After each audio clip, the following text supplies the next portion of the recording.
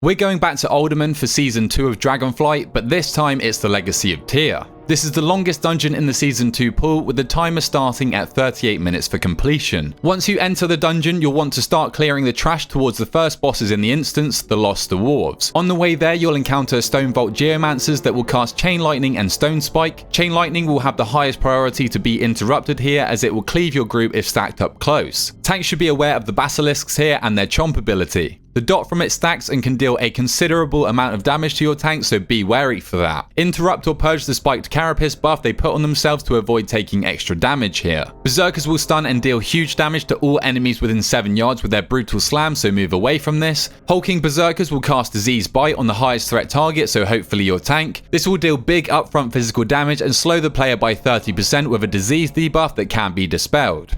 And finally, these mobs will also cast Reckless Rage once at 40% health, causing all of their allies to inflict 20% increased damage, but also take 20% increased damage, so burst them down here. After defeating all of this trash, we are now ready to take on the first boss, the Lost Dwarves. You'll want to pay attention to Olaf's ricocheting shield. This ability will target random players dealing physical damage and will ricochet through your whole group if you're within 5 yards of each other, so stay spread. He'll also cast Defensive Bulwark, which you'll need to interrupt as it provides a 75% damage reduction for the remaining dwarves. While channeling this though, he doesn't do anything else. Eric the Swift will cast Skullcracker, inflicting big physical damage to players within 5 yards, so again, pre-spread and get away from the ground animation. He'll also cast Dagger Throw at random players, so healers should be prepared to top up these players quickly. Baylog will cast Wild Cleave on your tank, so they'll want to use some mitigation here, but also make sure to face him away from the party so that they don't get cleaved. During the fight, you'll also need to pay attention to his Heavy Arrow. It always fires in the direction you are pointing the boss, so again, keep it away from your party here. Once they reach low health, they hop onto their boat and fire cannons at nearby players. You'll want to stack with your group here and move slowly together to save space around the room, as they will keep painting the floor with their cannon, dealing massive fire damage if you do get hit and leaving behind a burning pitch for 30 seconds. Every time they shoot, it will deal party-wide damage regardless if you're hit or not from the fiery surge, so healers, this is a good time to spend your healing cooldowns. During this phase, you should focus one of the dwarves down, as the more dwarves that are present on the boat, the faster they fire the cannon, which in turn means much more party-wide damage, so decide on the one dwarf you want to burst down here. Once you've defeated the dwarfs, you'll be heading over to Bromach. There's only one new mob here, as it isn't a far trip to the next boss. Burly rock throwers will occasionally cast Throw Rock at the floor, which you must sidestep to avoid taking damage. This is a static mob however, so if you want to stack it up to cleave on it, you'll want your whole party to line of sight round the corner to bring it in. Now we're on to Bromach. After a few seconds, he will cast Call of the Deep, summoning mobs we fought earlier in the dungeon. A Geomancer and ambushers will spawn, and the tank needs to quickly pick up these adds. Kick the Geomancer so it runs into the pack, and then cleave them all down with the boss. The boss will cast Thundering Slam, which you'll need to move out of as quickly as you can, and when Bromach casts Quaking Totem, you'll want to instantly swap and nuke it. While the totem is active, the entire group will take nature damage every 2 seconds from Shocking Quake, so the healer should be prepared to heal here as well. Once the totem is taken down, it will cause a tremor to stun all nearby trogs within 8 yards and increase the damage they take by 200%, so make sure you drag the mobs on top of the totem. Outside of this, pay attention to when he casts Bloodlust and soothe the buff off as soon as you see it. Note that stunning him through the totem's tremor will also stop this effect. After defeating Bromach, you'll see your very first checkpoint that will allow you to teleport back to this area if you were to die, but we'll move through the dungeon towards Sentinel Talondras. You'll encounter Earthen Custodians that are going to cast a frontal cleave in your tank, which they'll need to face away from the rest of the group. Their auto attacks will also place a bleed on your tank, so prepare to use defensives against these pseudo tank busters. These Earthen Custodians are joined by Refties. They will also apply a 9-second bleed on your tank through Jagged Bite, as well as granting themselves an ancient power buff which increases their damage and haste by 10%, and this can stack. This makes them a priority kill target, otherwise your tank will fall over. Now we're up to Sentinel Talondras. At the beginning of the fight, the boss will start with 2 stacks of Inexorable, granting her immunity to a stun effect for each charge, and she will gain more stacks during the fight. This is important because at 100 energy she will cast Titanic Empowerment, making her immune to CC and increasing her damage done by 50%. It's imperative that before she gets to 100 energy you keep on top of clearing her remaining stacks of Inexorable with the resonating orbs around the room. Anyone, including the boss, getting hit by these orbs will be stunned for 6 seconds, so your team should avoid these and leave them for your tank to remove her stacks. At 100 energy, you'll need to stun her with a remaining orb to stop her finishing the Titanic Empowerment cast. However, after recovering from the stun or getting a cast off,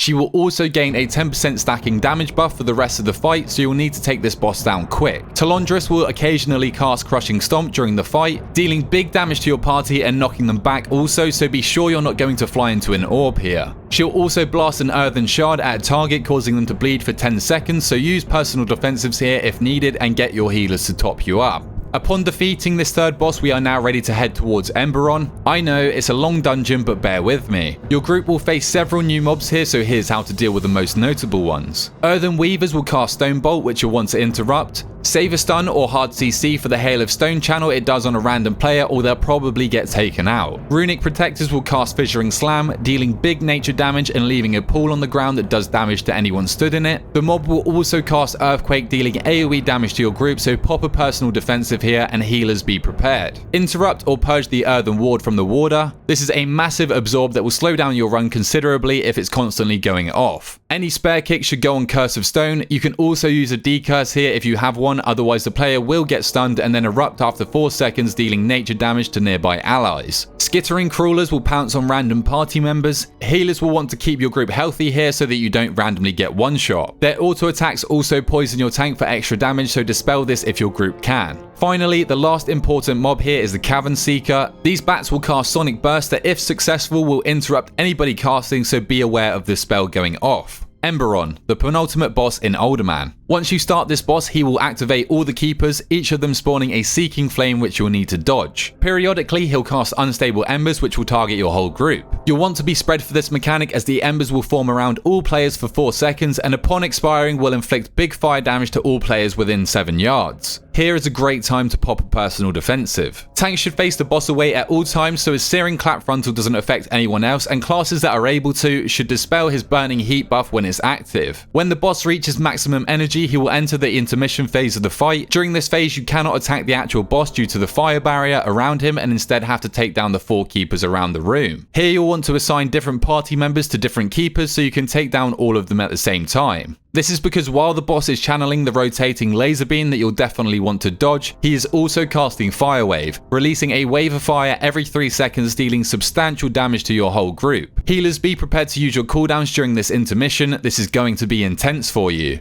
Now Emberon has been defeated and we are on our way to the final boss of Uldaman. But first, you guessed it, we're going to face some new trash mobs. Ebonstone Golems are very important mobs that your healer should be prepared for. They only have one ability in Thunderous Clap, but it will deal massive damage to everyone within about 30 yards of the mob. Ranged, you can outrange this ability. Earthen Guardians will cast Blessing of Tyr. This is an uninterruptible cast that increases the damage done of nearby allies by 20% and deals holy damage to your party. Tanks will need to kite the rest of the mobs away from the Guardian immediately to make this pull a hell of a lot easier. Also, tanks should be careful of the Bulwark Slam the Guardians cast and use mitigation appropriately. The last mob you face in this dungeon is the Infinite Time Reaver, and no, it's not the Mount. They apply a Stolen Time debuff that stacks. Every stack deals arcane damage and reduces your haste by 2%, buffing their haste by the same amount. These debuffs are dispellable, but note that the debuffs are applied by an aura, so don't pull too many of these at once. It's good to note that they will also not apply stacks while they are stunned, so keep them CC'd as best you can.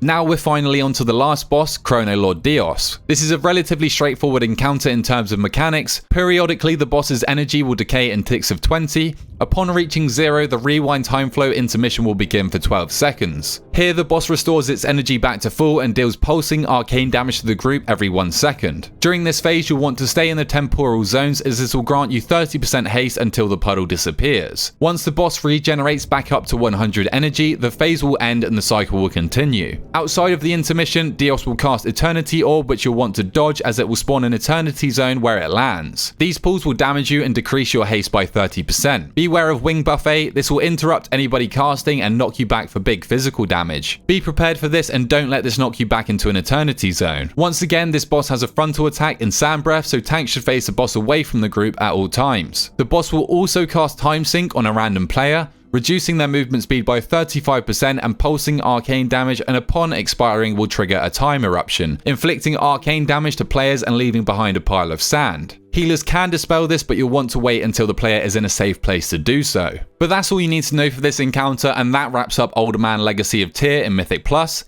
If this guide did help you out, then please drop a like down below and subscribe to your boy, and until next time, I'll catch you guys later.